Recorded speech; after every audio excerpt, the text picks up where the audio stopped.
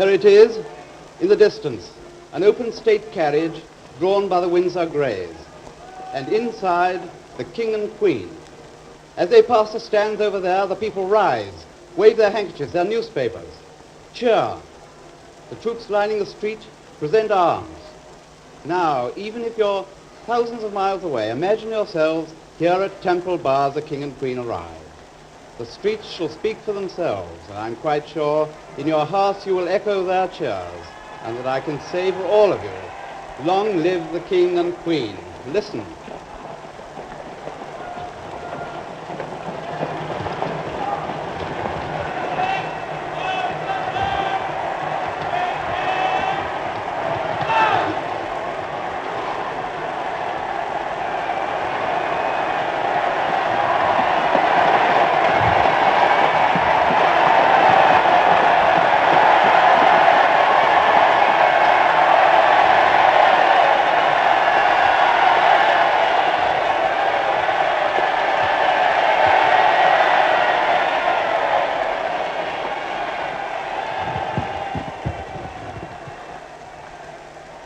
The Lord Mayor, standing bareheaded beside the royal carriage, bows and presents the city sword to the king with its point downward.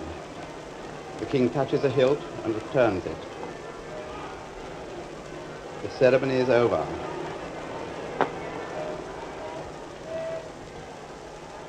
The Lord Mayor and his party return to their carriages.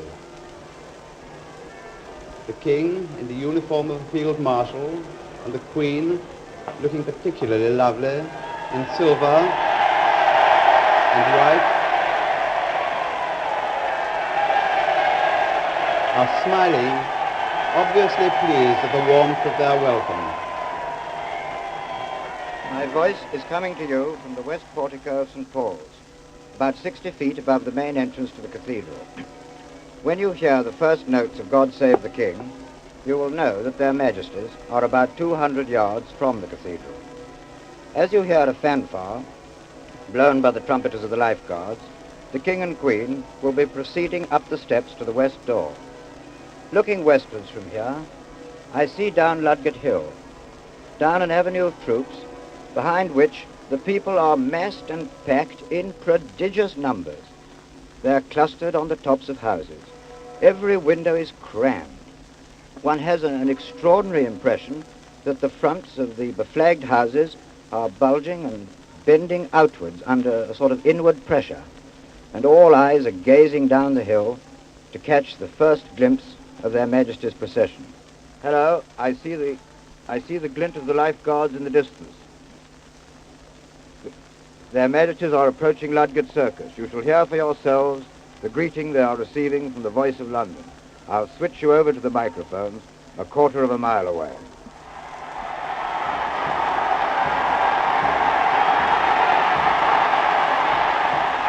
You are now back at St. Paul's.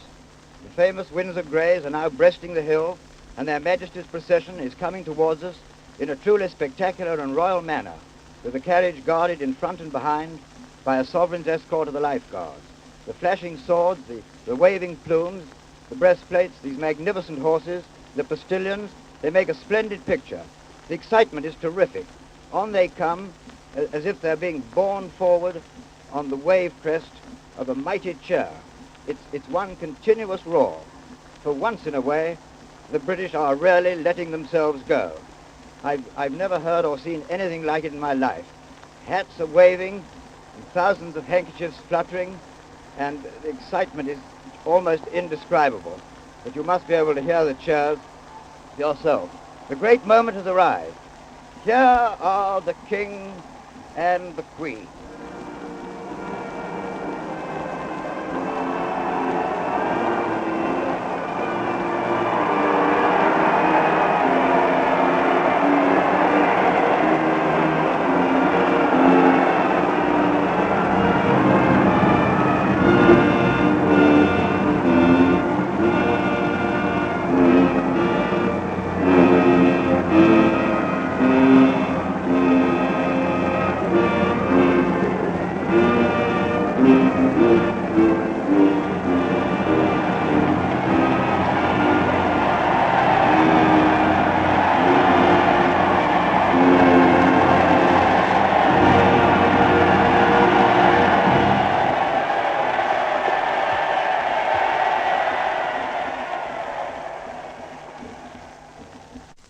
At the close of this memorable day, I must speak to my people everywhere. Yet, how can I express what is in my heart? As I pass, as I passed this morning through cheering multitudes to and from St. Paul's Cathedral, as I thought there of all that these 25 years have brought to me and to my country and my empire, how could I fail to be most deeply moved?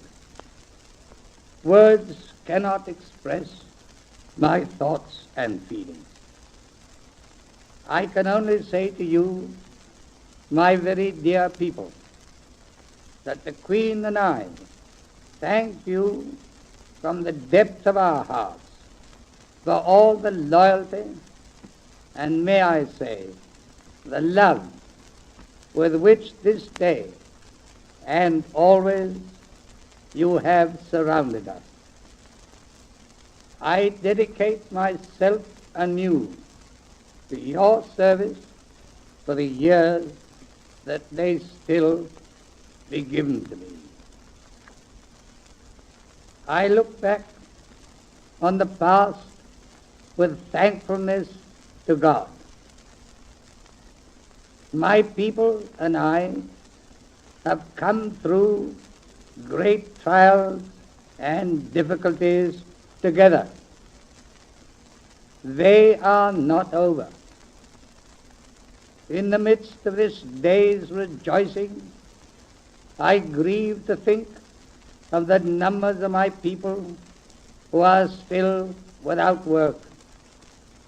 We owe to them, and not least to those who are suffering from any form of disablement, all the sympathy and help that we can give. I hope that during this Jubilee year, all who can will do their utmost to find them work and bring them hope. Other anxieties may be in store, but I am persuaded that with God's help they may all be overcome if we meet them with confidence, courage, and unity. So I look forward to the future with faith and hope. It is to the young that the future belongs. I trust that through the fund inaugurated by my dear son, the Prince of Wales, to commemorate this year, many of them throughout this country may be helped in body, mind, and character to become useful citizens. To the children, I would like to send a special message. Let me say this to each of them whom my words may reach. The King is speaking to you. I ask you to remember that in days to come, you will be the citizens of a great empire. As you grow up, always keep this thought before you. And when the time comes, be ready and proud to give to your country the service of your work, your mind, and your heart. I have been greatly touched by all the greetings which have come to me today from my dominions and colonies, from India and from this home country. My heart goes out to all, who may be listening to me now, wherever you may be, here at home, in town or village, or in some far-off corner of the empire, or it may be on the high seas. Let me end my words to you with those which Queen Victoria used after her Diamond Jubilee 38 years ago. No words could more truly or simply express my own deep feeling now. From my heart, I thank my beloved people. May God bless them.